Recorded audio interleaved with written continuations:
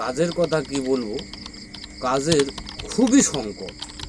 দেশ ও দেশের বাইরে দূর ও কাছে যে যেখান থেকে আমাদের ভিডিওগুলো দেখতেছেন, প্রত্যেকের প্রতি আন্তরিক প্রীতি, শুভেচ্ছা ও অভিনন্দন। আমি নিজে যখন কাম্বোডিয়া এসেছিলাম, আমরা কিন্তু একসঙ্গে 8 জন এসেছিলাম। 8 জন আসার পরে কিন্তু তারা কিন্তু 6 মাস বা একসঙ্গে আমরা কিন্তু ওই 8 জনে 6 মাস একই জায়গায় কিন্তু কাজ করেছিলাম, খুব ভালো করেছিলাম কাজ। 6 মাস যখন সম্পূর্ণ হয়ে যায়, এই সম্পূর্ণ হওয়ার পরে কিন্তু এই কাজের পতনগুলো কিন্তু আস্তে আস্তে ঘটা শুরু করে। তে কাজ এ পর্যন্ত কিন্তু তারা কিন্তু পায় নাই। অলরেডি কাজের জন্যই কিন্তু তারা কিন্তু বাংলাদেশ চলে যেতে বাধ্য। আমার সাথে যে 8 জন আসছিল, 8 জনের ভিতরে 4 জন অলরেডি কিন্তু বাংলাদেশে চলে গেছে, আর বাকি 8 জনের ভিতরে আমি একজন, আর 3 জন এরা কিন্তু টিকিট অলরেডি কেটে ফেলেছে, এরাও কিন্তু চলে যাবে। তো বাংলাদেশ থেকে যারা কাম্বোডিয়ায় আসতে চাচ্ছেন, মানে এজেন্টের খপ্পরে পড়ে বা এজেন্ট লোভ দেখাবে আপনাকে, এত টাকা আপনি কামাবেন বা ডলার কামাবেন, এরকম লোভ লালসার আপনারা কিন্তু পড়বেন না। বা যখন আপনি কাম্বোডিয়াতে আসতে চাচ্ছেন বা আসবেন, এজেন্টের সাথে আপনার কথা, কাজের বিষয়, থাকার বিষয় এবং আপনি যে বেতনটা পাবেন সেই বিষয়টা নিয়ে কিন্তু আপনি আলোচনা করে কিন্তু আসবেন। আপনার যদি কাম্বোডিয়াতে আত্মীয় স্বজন বা ভাই বিরাদার যদি থাকে, এদের সঙ্গে আপনারা যোগাযোগ করে আসবেন। আসলে এজেন্টেরা বলে যে এটা দ্বিতীয় ইউরোপ বলেও কিন্তু অনেকজনাকে নিয়ে আসে, লোভ লালসা থেকে অনেক জনে নিয়ে আসে। দেখেন, অনেক টাকা দিয়ে কিন্তু এই দেশে এসে কিন্তু অনেক মানুষ ভোগান্তিতে পড়ে আসে। মানে নিজে চোখে না দেখলে আসলে একটা জিনিস বোঝানো যায় না। আমরা যখন নিজে চোখে দেখছি, এর জন্যই কিন্তু এই সব সত্য ঘটনাগুলো আপনাদের সামনে বলছি। আমার মানে আজকে 7 দিন আগে আমার একটা লোকের সঙ্গে দেখা হয়েছিল। ওনার আসার বয়স হচ্ছে 2 মাস। তে ওনার সঙ্গে কিন্তু আমার দেখা হয়েছিল একটি, মানে আমি বাজারে গিয়েছিলাম, সেই সময় দেখছি উনি কাঁদছে। তে আমি আবার কথা বললাম যে ভাই তুমি কাঁদছো কেন? তে বললো ভাই এই যে আমাকে মানে আমার দালাল এই দেশে এনেছিল, যে ভাই মানে এত লোভ লালসা দেখে এনেছিল, আমি কিন্তু তাকে 5.5 লাখ টাকা দিয়ে সে আসছিল যে ওই দেশে আপনাকে কাজ দিবে, হাসপাতালের কাজ। আপনারা জানেন যে কাম্বোডিয়াতে বিল্ডিং কনস্ট্রাকশন ছাড়া অন্য কোনো কাজ নেই।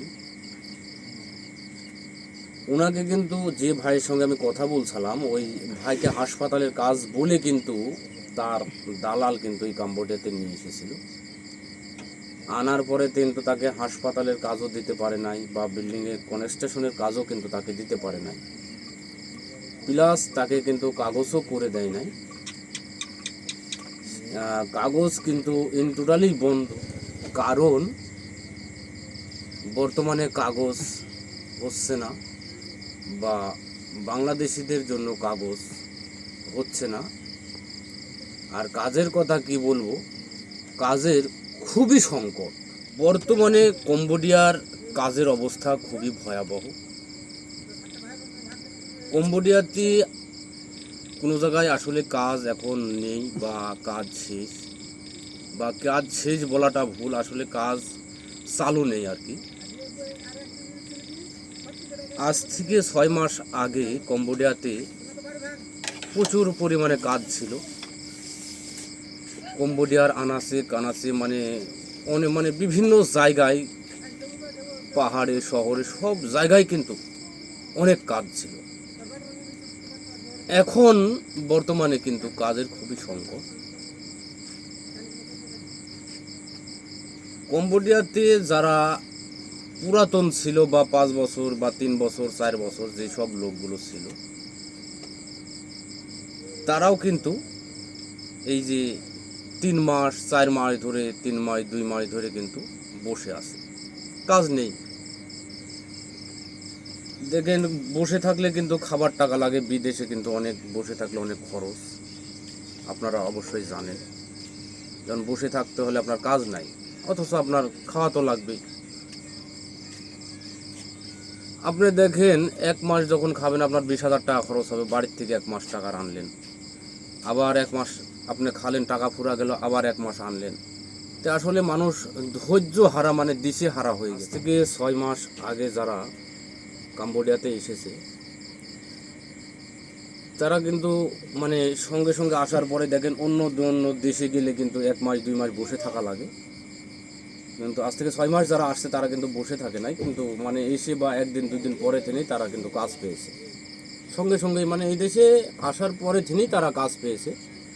মানে সব জায়গায় সেই সময় কাজ ছিল, ভালো কাজ ছিল, অনেক প্রজেক্ট চালু ছিল, তারা কিন্তু সব জায়গাতে কিন্তু শান্তি মতো কাজ করতে পেরেছে বা ভালো টাকা বেতনও পাইছে, তারা কামাইও করছে।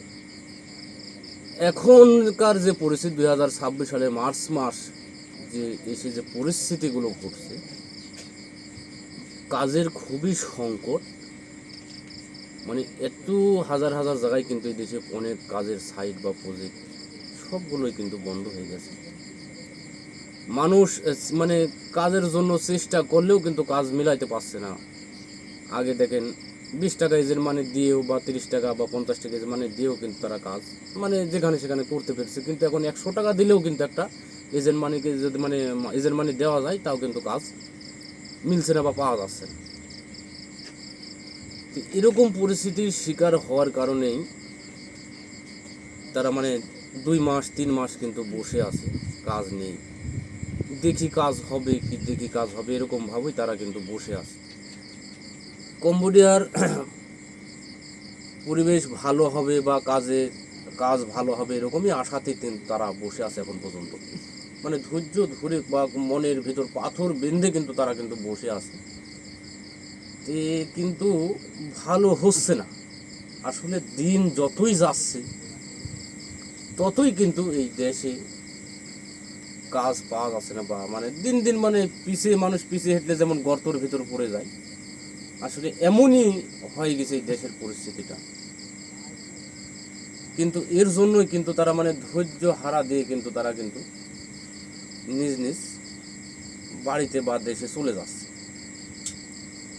যারা 3 বছর 4 বছর ধরে কিন্তু এই কাম্বোডিয়াতে কাজ করছে তাদেরই কাজ নেই, কারণ কাজ নেইতে কি করবে, তারা কিন্তু টিকিট কেটে বাড়ি চলে যায়। আমি নিজেই বলছি যে আমি নিজেই অফিসে গিয়েছিলাম, অফিসে যাওয়ার পরে কিন্তু আমি কিন্তু ওয়ার্ক পারমিট করেছিলাম না, পরে ওয়ার্ক পারমিটটা করতে যেয়ে আমি যে অফিসে যেনার সাথে কথা বলবো আসলে সেই কথাটা বলার কিন্তু আমি সময় পাই না বা সময় আমাকে দিচ্ছে না, কারণ সেই সময় কিন্তু আমি 16টা টিকিট কাটতে দেখছি বা 16 জনকে দেখছি, 16 জনাই কিন্তু বাংলাদেশে একসঙ্গে চলে যাচ্ছে।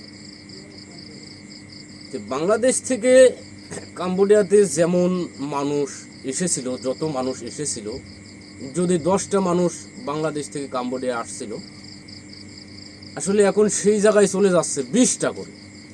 এত পরিমাণ কাম্বোডিয়া থেকে কিন্তু মানুষ চলে যাচ্ছে।